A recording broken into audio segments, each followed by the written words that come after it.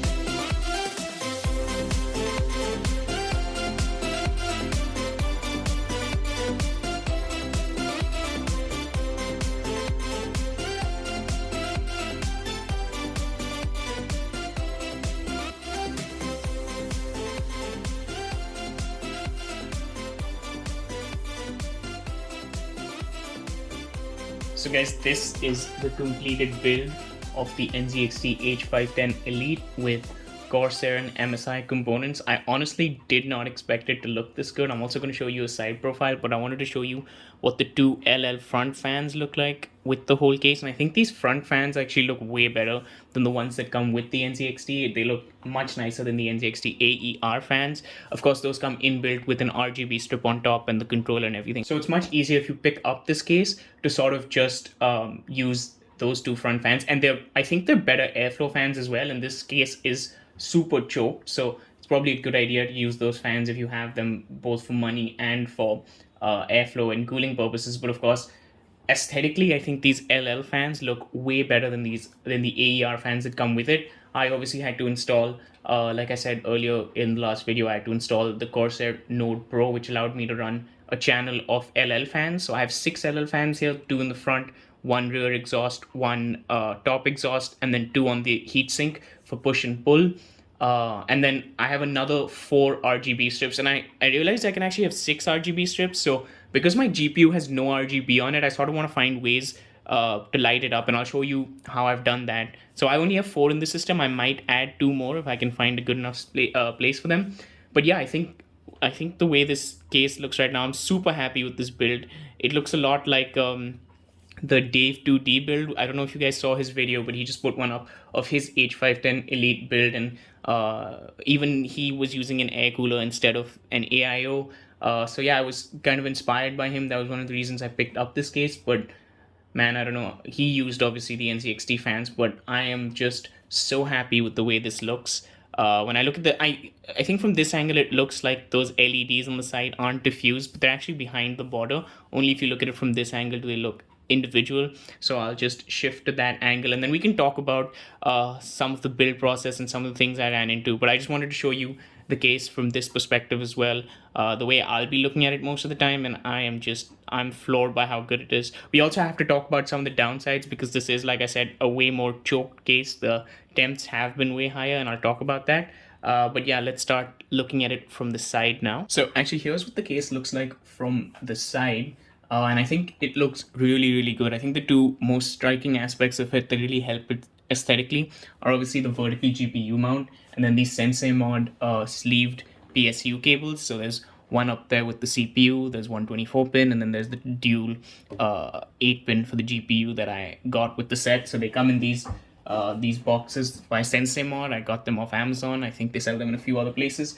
The specifications of the system are an MSI 3070 Ventus OC3X. So this is an RTX 3070 card that I managed to find. The CPU is a Ryzen 5800X. The PSU is an RM850 watt PSU. I know it's a little bit overkill for the system, but I just thought, future proofing and things like that. And right now PSU prices were a little low, so I was like, I'll grab the strongest one I can get. No harm in it. The case is, of course, the NZXT H510 Elite. And another specification, of course, is the motherboard, which is the X570 Tomahawk Wi-Fi by MSI. But this vertical GPU mount, now this is an important thing to talk about. Basically, with the new Ryzen chips, any motherboard that has a Gen 4 PCIe port, you either need to get a specific Gen 4 riser cable, or in your BIOS settings, you'll have to force PCIe 3 through the riser cable. So if you're using a riser cable, or you want to vertically mount your GPU, but you have a new Ryzen chip, so like I have the 5800X in this, you need to go to the BIOS and force your PCIe ports to only run in PCIe 3, which doesn't affect GPU performance almost at all. There's like a Linus Tech Tip videos about this. There's also a Hardware Canucks video about why you have to change your PCIe from 4 to 3 and force it to run at 3 if you're using a riser cable. Basically, most riser cables aren't capable of using the PCIe Gen 4, so they have to use PCIe 3, and therefore if you're using a vertical GPU mount, you need to make sure that you force the BIOS to run at PCIe Gen 3. So the actual vertical GPU mount that I'm using is actually this Cooler Master vertical GPU mount version 2. Now the version 1 was actually pretty badly reviewed, and the version 1 didn't actually fit in most non-Cooler Master cases, and it definitely didn't fit in any NZXT case. But the version 2, they actually reformed it a lot. The riser cable is nice. It's a PCIe like segmented riser cable, and then the mount will connect here, but it actually lets you sort of move how far in and out you want the GPU, and that's really helpful because some cables like DisplayPort and HDMI cables have like a fat back to it, and so you need to turn them in and then plug them in. And so if you give it enough space at the back, it lets you do that way better than any other vertical GPU mount. This build basically is completely Corsair and MSI, apart from the case, which is obviously NZXT. So my 465 was completely MSI and Corsair built. This one, of course, the case is by NZXT, but otherwise all the components like the GPU and the motherboard are MSI, and everything else is Corsair, like the RAM and the fans and the LED strips, except of course like these cables and things that they don't make. The PSU is also Corsair, always has been. But two major components in this build that are not Corsair are actually both by Cooler Master. So it's the Cooler Master vertical GPU mount kit like I showed you, and then there's the Hypo 212 Black. Now I'm not using the fan that came with the Hypo 212 Black. I'm using LL fans, as you can see, so that it syncs with Corsair. But yeah, two major parts of this build that aren't Corsair or MSI, or I guess NZXT, are the Cooler Master vertical GPU mount and CPU heatsink. Otherwise, I'm super happy with this build, and I think it looks fantastic. The way the cables curve around here, the way it's turned over that NZXT bar, and then up there as well. I just really think that the case is visually quite stunning. The way it's been built has been really, really good for me. Actually, the LED strip, I tried first putting it at the bottom, but the borders of the glass of the NZXT H510 Elite oddly enough, they sort of don't have, they have a black border on each side, but they don't have one at the bottom. So if I put the strip there, it would just be an exposed LED strip, which I didn't like the sound of. This one also gets covered by the border. So what I did actually was I took out the PSU and actually put one of the LED strips in the bottom, because if I wasn't putting one in the bottom, since my GPU has like no RGB at all, it was just lit all over, but then the bottom and side was just super dark, because again, that side glass panel is heavily tinted, not heavily tinted, but it's significantly tinted. So this part was just looking very, very dark in the case. So I said, there has to be a way to do it, and it wasn't working by leaving it exposed here at the bottom. So I took out the PSU and I actually put in one LED strip here. I'm thinking of putting another one because this can actually support 4, and I just have 3. This can support 6, and I just have 4 right now. I have one behind the bar, like it comes with the H510i. I have one under the PSU shroud here, one on the left and one on the top. So I'm thinking if I put another one, it'll actually light it up even more, maybe at the back, so it pushes the light outward. So yeah, because I can have 6, I might put 2 more in there somewhere. There was no way to put it somewhere on the right side because again, it would just be super exposed. So I decided not to do that one.